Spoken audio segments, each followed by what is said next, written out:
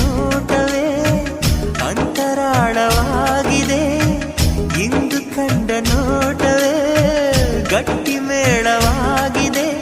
ರಾಗ ಎನ್ನಲೇ ಅನುರಾಗ ಎನ್ನಲೇ ಪ್ರೀತಿ ಎನ್ನಲೇ ಹೊಸ ಮಾಯೆ ಎನ್ನಲೇ